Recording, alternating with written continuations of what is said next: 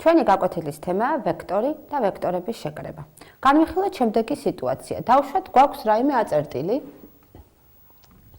და ვიცით, რომ ამ წერტილიდან მანქანა დაიძრა 50 კმ/სთ სიჩქარით.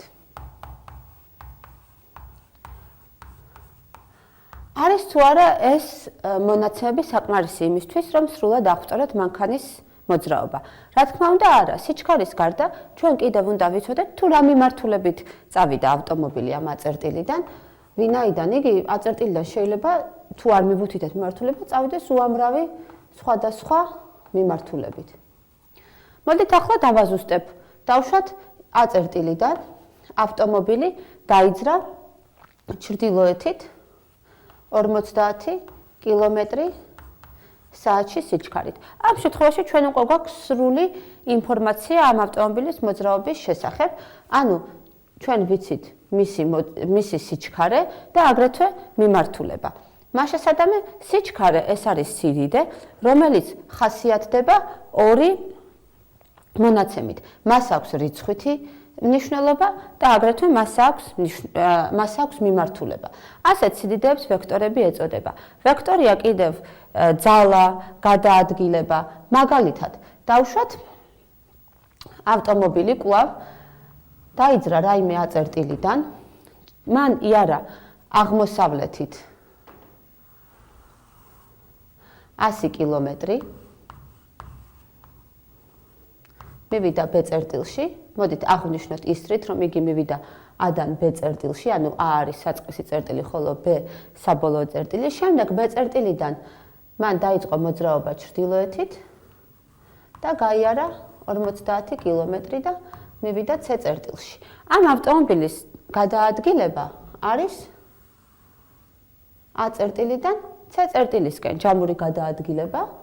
აქაც აღვნიშნოთ ისრით, მივუთითოთ, რომ დაიწყო მოძრაობის დასაწყისი იყო A წერტილში, ხოლო მოძრაობის დასასრული იყო C წერტილში. მაშინ AC მიმართული მონაკვეთი არის ამ ავტომობილის გადაადგილება და ეს არის სწორედ ის ვექტორი, რომელიც შეესაბამება ამ ავტომობილის გადაადგილებას. მაშასადამე ვექტორები სიჩქარის და გადაადგილების მსგავსად შეგვიძლია გამოვსახოთ მიმართული მონაკვეთით, სადაც თქვათ თუ გვაქვს რაიმე მიმართული მონაკვეთი AB, A არის საწყისი წერტილი, ხოლო B არის საბოლოო წერტილი.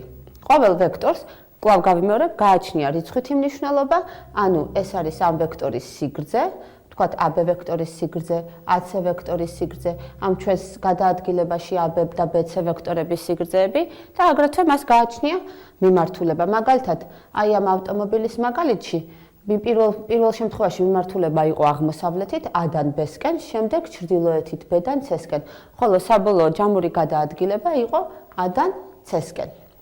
მოდით ახლა შემოვიღოთ საკოორდინატო სიბრტყე.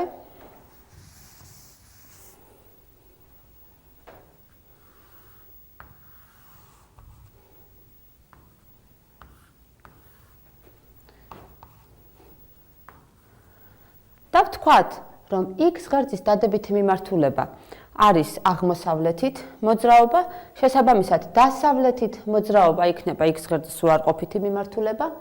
Y ღერძის დადებითი მიმართულება ეს არის, როდესაც მივდივართ ჩრდილოეთით, ხოლო Y ღერძის უარყოფითი მიმართულება იქნება სამხრეთისკენ მოძრაობის შესაბამისი. მაშინ ჩვენი ავტომობილის გადაადგილება, რომელიც არის AC ვექტორი, შედგება ორი მოძრაობისგან, ეს არის X ღერძის გასწვრივ დადებითი მიმართულებით 100 ერთეულის გავლა, დავუშვათ ერთი ერთეული არის 1 კმ და შემდეგ Y ღერძის გასწვრივ, ანუ დადებითი მიმართულებით, ანუ ზევით 50 ერთეულის გავლა და ჯამში მივიღებთ ამ ჩვენ AC გადაადგილების შესაბამის ვექტორს.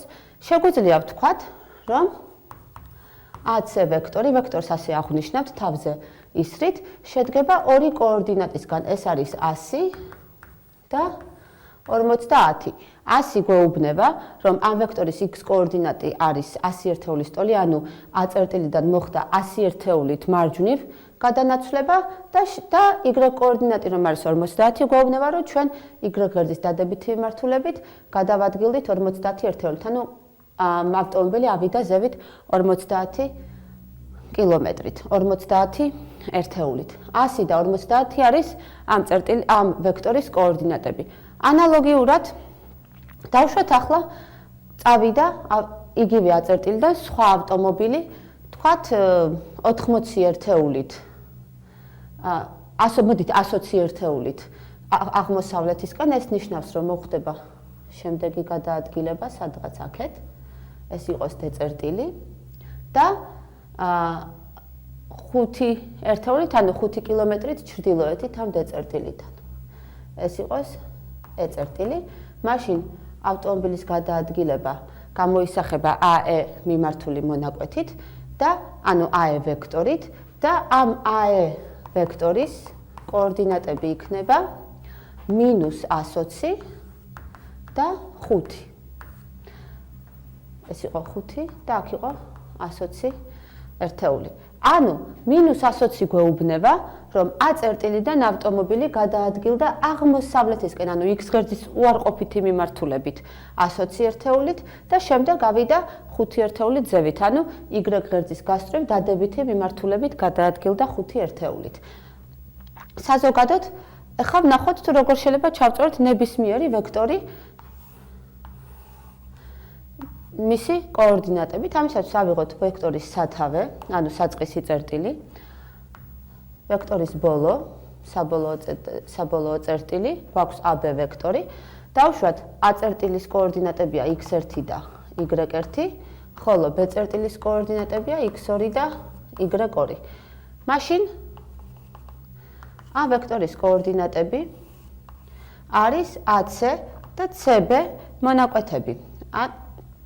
მართლაც A წერტილიდან დაიწყო მოძრაობა, ჩვენმა წერტილმა თქვათ რაიმე სხეული იყოს, თუნდაც ადამიანი, გადაადგილდა გარკვეული მოკეთ ესე ვთქვათ, A-დან B-სკენ მოძრაობა შეგვიძლია დავშალოთ ორ მოძრაობად. ეს არის X ღერძის გასწვრივ გარკვეული რაოდენობა ერთეულებით გადაადგილება და Y ღერძის გასწვრივ კიდევ რაღაცა რაოდენობა ერთეულებით გადაადგილება. მაშინ AC მონაკვეთის სიგრძე იქნება X2-ს გამოკლებული x1, ხოლო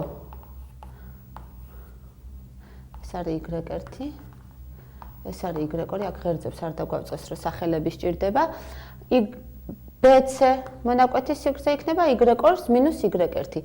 მას შესადამე AB ვექტორის კოორდინატებია, აქ უნდა x2-ს - x1 უკაცრავად და აქ იქნება y2-ს - y1. x2-ს - x1 და y2-ს - y1. აი ასე შეგვიძლია ჩავწეროთ ვექტორის კოორდინატები მისი სათავისა და ბოლოს საწყისი და საბოლოო წერტილების კოორდინატების საშუალებით. გავიმეორებ, AB ვექტორი ეს არის x2-ს - x1 და y2-ს - y1. ეს არის მისი კოორდინატები. ახლა ვნახოთ თუ როგორ შეგვიძლია ვიპოვოთ ვექტორის სიგრძე მისი კოორდინატების საშუალებით. მოდით პირობითად x2-სა და x1-ის სხვაობა აღვნიშნოთ m-ით, ხოლო y2-სა და y1-ის სხვაობა აღვნიშნოთ n-ით. მაშინ დავაკვირდეთ ABC მართკუთხა სამკუთხედს, ეს სამკუთხედი მართკუთხა, მისი ერთი კათეტია m-ი, ხოლო მეორე კათეტია n-ი. და ჩვენ გვაინტერესებს, რომ ვიპოვოთ ამ სამკუთხედის ჰიპოტენუზა. ჰიპოტენუზის კვადრატი პითაგორას თეორემის თანახმად ეს არის კათეტების კვადრატების ჯამი, ანუ m კვადრატს დამატებული n კვადრატი. სხვანაირად რო ვთქვათ, AB ეს არის კვადრატული ფესვი m კვადრატს დამატებული n კვადრატიდან. შეგვიძლია პირდაპირ A და B წერტილების კოორდინატებითაც ჩავწეროთ AB ვექტორის სიგრძე. აგრეთვე აღნიშნავ, რომ ვექტორის სიგრძე აღინიშნება აი ეს შემდეგნაირად, ანუ ეს ვექტორი უნდა ჩავსვათ მოდულში, ან სხვანაირად AB ვექტორის სიგრძე ეს იქნება კვადრატული ფესვი x2-ს - x1-ის კვადრატს დამატებული y2-ს - y1-ის კვადრატი. მართლაც x2-ს - x1 ეს არის m-ი, ხოლო y2-ს - y1 ეს არის n-ი. ახლა გადავიდეთ ვექტორების შეკრებაზე. კვლავ განვიხილოთ ავტომობილის მოძრაობა. დავუშვათ ავტომობილი ჯერ გადაადგილდა A წერტილიდან B წერტილში, ანუ AB ვექტორის გასწვრივ, შემდეგ B წერტილიდან C წერტილში, ანუ BC ვექტორის გასწვრივ. ამ ავტომობილის ჯამური გადაადგილება ამ ორი გადაადგილების შედეგად არის, რა თქმა უნდა, A-დან C წერტილში მისი საწყისი წერტილი იყო A, ხოლო საბოლოოდ მისი საბოლოო მდებარეობა იყო C წერტილში. ვიტყვით, რომ AC ვექტორი არის AB და BC ვექტორების ჯამი. ეს არის ვექტორების შეკრების სამკუთხედის წესი. მოდით კიდევ ერთხელ ვიტყვი ამ წესის შესახებ. დავუშვათ გვაქვს რაიმე A ვექტორი. ვექტორი შეგვიძლია აღვნიშნოთ პატარა ლათინური ასოთით თავზე ისრით და გვაქვს კიდევ რაიმე B ვექტორი. და გვინდა, რომ ეს ორი ვექტორი შევკრიბოთ. იმისათვის, რომ დავიწყო ამ ორი ვექტორის შეკრებაზე საუბარი, პირველ რიგში გეტყვით, რომ მოცემულ სიბრტყეში ჩვენ შეგვიძლია, რომ ვექტორი გადავაადგილოთ თავის პარალელურად და ამ დროს ეს ვექტორი არ შეიძლება მისი სიდიდეც იგივე დარჩება და მიმართულებაც. და ახლა დავაკვირდეთ ჩვენს წინა ნახას. შესაკრები ვექტორები როგორ არის განლაგებული. პირველი შესაკრების ბოლო წერტილზე მოვდეთ მეორე ვექტორის სათავე და შემდეგ ჯამური ვექტორი, ეს არის პირველი ვექტორის სათავე შეერთებული მეორე შესაკრების ბოლო წერტილთან. ან დასასრულთან. მაშინ გადავიტანოთ B ვექტორი თავის პარალელურად ისე, რომ მისი სათავე დაემთხვეს A ვექტორის ბოლო წერტილს. ეს არის ჩვენი B ვექტორი, სიგრძე არ შევცვალეთ, რა თქმა უნდა, და არც მიმართულება. მაშინ ჯამური C ვექტორი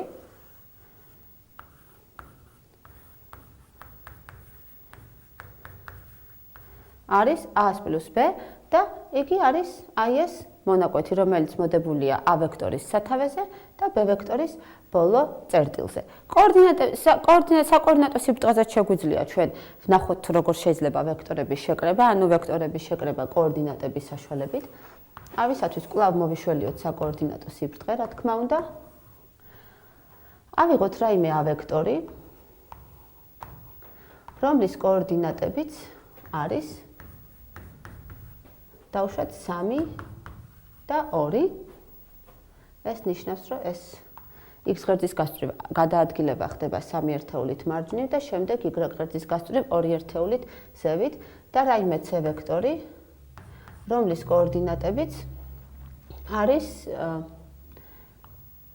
2 და 5 მაგალითად.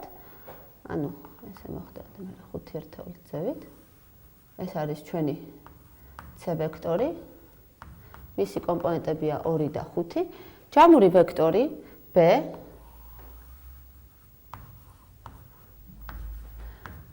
არის A + C. რისი ტოლი იქნება მისი კოორდინატები, ანუ B ვექტორის კოორდინატები. ისინი ძალიან ადვილი მოსაძებნია. B ვექტორის კოორდინატები იქნება AC და BC მონაკვეთების სიგრძეები.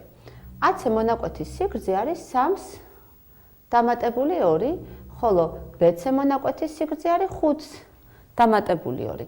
მას შესაბამე B ვექტორის ჯამური ვექტორის კოორდინატები ეს არის 3-ს დამატებული 2 და 2-ს დამატებული 5. ანუ 5 და 7. ახლა შეგვიძლია განვაზოგადოთ. დავუშვათ A ვექტორის კოორდინატებია M1 და N1, ხოლო B ვექტორის კოორდინატებია M2 და N2. ჩავწეროთ ეს.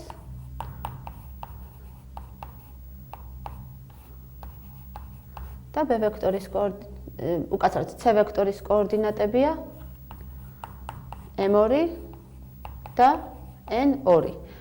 მაშინ B ჯამური ვექტორის კოორდინატები იქნება M1 + M2 და N1 + N2. ანუ შევკრიბეთ შესაკრები ვექტორების x კოორდინატები, რომ მიგვიღო ჯამური ვექტორის x კოორდინატი და შესაკრები ვექტორების y კოორდინატები, იმისათვის რომ მიგვიღო ჯამური ვექტორების y კოორდინატი. ჩვენ შეკრება, რა თქმა უნდა, შეგვიძლია განვაზოგადოთ 2-ზე მეტი ვექტორისთვის. ანუ იგივე წესით შეგვიძლია შევკრიბოთ 3 ვექტორი, 4 ვექტორი და ასე შემდეგ. გეომეტრიულადაც ვნახოთ, მაგალითად, როგორ მოხდება 3 ვექტორის შეკრება. ამ შემთხვევაში თუ გვაქვს A ვექტორი,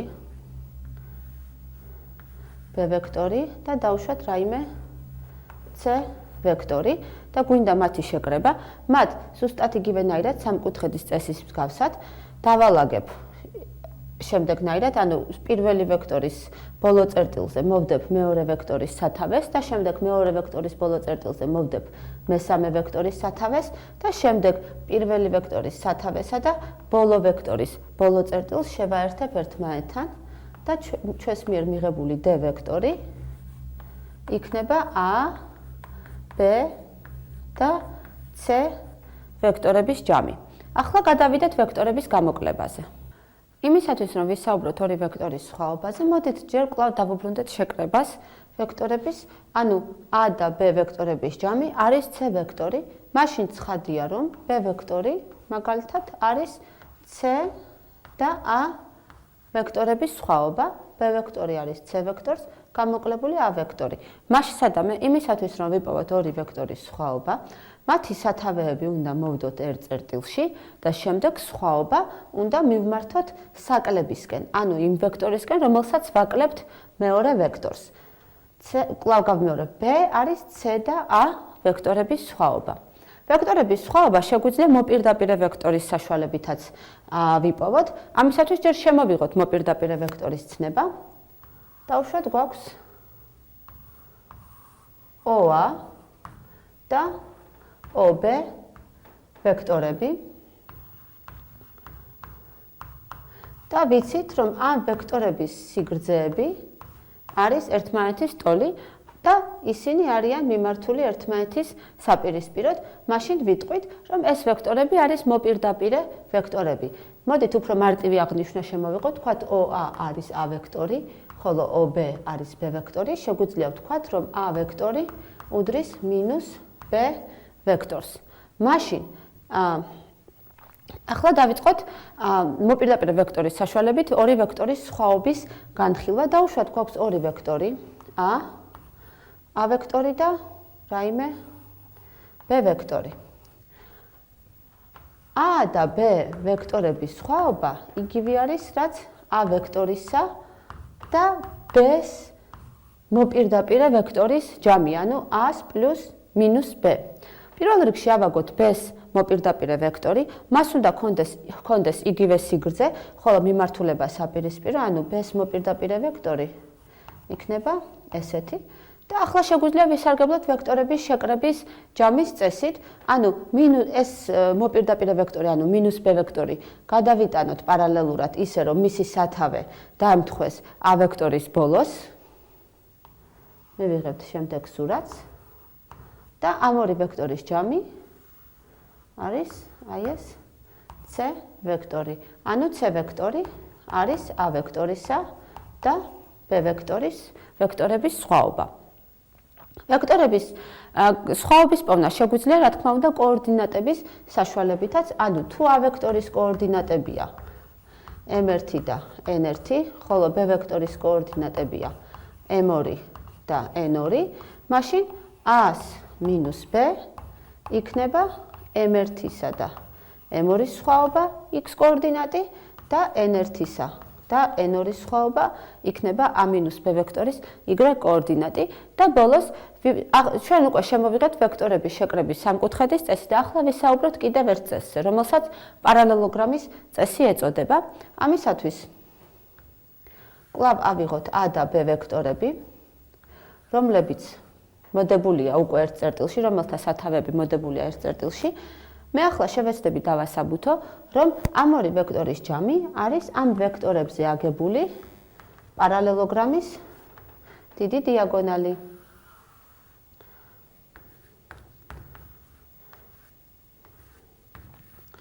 მართლაც, ანუ მე ვცდილობ დავასაბუთო, რომ C ვექტორი არის A და B ვექტორების ჯამი.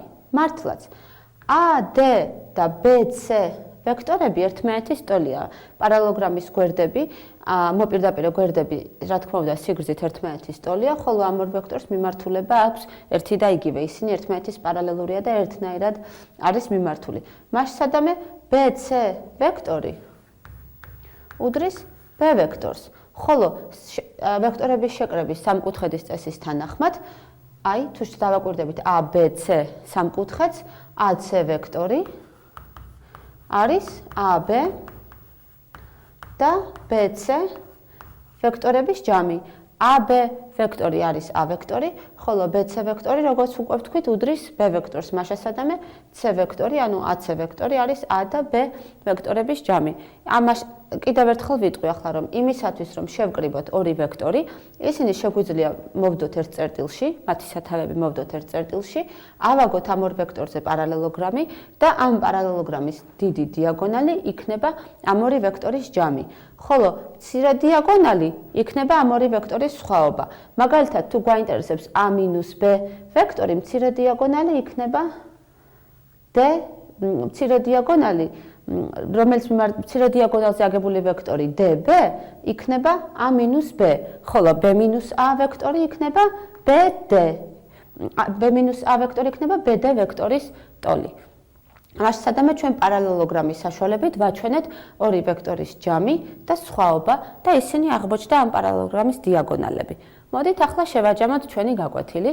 ამ გაკვეთილზე ჩვენ ნახეთ, რომ მაგალითად სიჩქარე, ძალა, გადაადგილება არის ვექტორული სიდიდეები და მათ დასახასიათებლად გვჭირდება როგორც რიცხვითი მნიშვნელობა, აგრეთვე მათი მიმართულება და ვისაუბრეთ იმაზე, თუ როგორ შეიძლება შევკრიბოთ და გამოვაკლოთ ორი ან მეტი ვექტორი, როგორც გეომეტრიულად, ასევე მათი კოორდინატების საშუალებით. ამით ჩვენი გაკვეთილი დასრულებული აქვს. მადლობთ ყურადღებისათვის.